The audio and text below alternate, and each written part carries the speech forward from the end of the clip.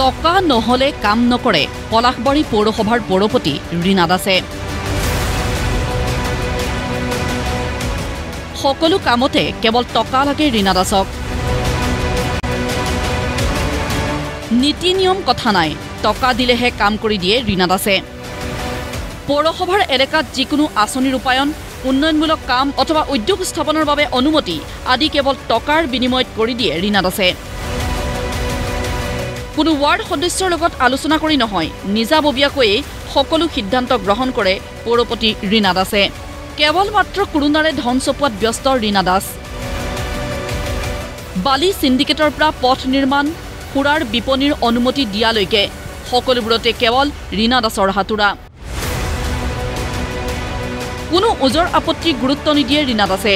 এই অভিযোগসমূহৰ সন্দৰ্ভত পৌৰপতি ৰীনা দাসে কি কয় শুনো আহক।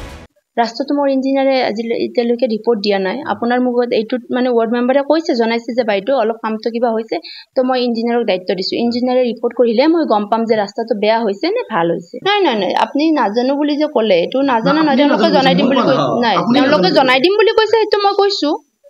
দলঙৰ এষ্টিমেটটোৰ কথা মই নাজানো, মই জ্ঞাত নহয়। এইটো মই সেইটো যিহেতুকে নহয় মই এইটো কোৱা নাই যে আপুনি যিটো কৈছে যে এইটো কামটো PWৰ আৰু এষ্টিমেটটো PWৰ তাতে আছে আৰু এতিয়ালৈকে তেওঁলোকে মাৰা নাই, সেইটো মই জ্ঞাত নহয়।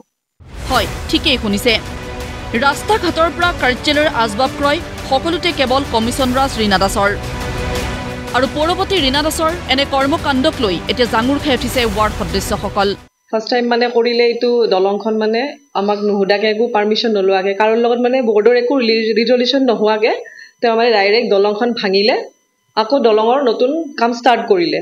আমি গমেই নাপাওঁ, কাকো জনোৱাই নাই তাৰমানে আমাক বৰ্ড মেম্বাৰক। হৈ থাকে মাজে মাজে এনেকুৱা, মানে যোনটো কামত লাগে তেতিয়াহে আমাক তেওঁ বিচাৰে, তাৰমানে বিপদত পৰিলে মানে। আৰু যদি নালাগা কামত তেওঁ মানে অকলে কামবিলাক কৰি দিয়ে। মেম্বাৰ মানে হৈ কেনে মানে নিজে লাজহে লাগি আছে, মানে একো মানে তেওঁ আমাৰ লগত একো ডিছকাছ নকৰে, চব কামে মানে তেওঁৰ মতে কৰি আছে। তেওঁৰ মানে ঘৰৰ পিছফালে আৰ্ট ফিলিং কৰিছে, তথাপিতো বেয়া কাম কৰিছে, তেওঁ কৰিব নালাগিছে। ৰাজহুৱা বহুত অনুষ্ঠান আছে, তাত দিব পাৰিলে হয় তেওঁ। পৌৰপতি ৰীনা দাসৰ কাম কাজত অতিষ্ঠ হৈছে স্থানীয় ৰাইজ। এইখনৰ কিন্তু আমাক অৱগত কৰা নাই, গমেই নাপায়।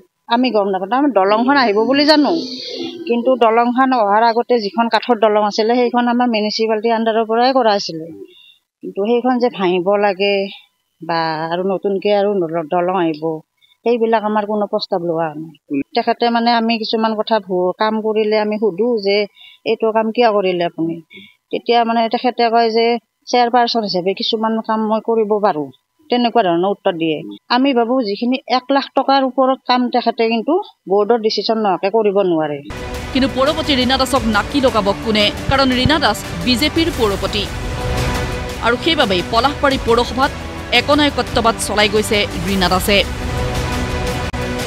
ব্যুৰ' ৰিপৰ্ট, প্ৰতিদিন টাইম।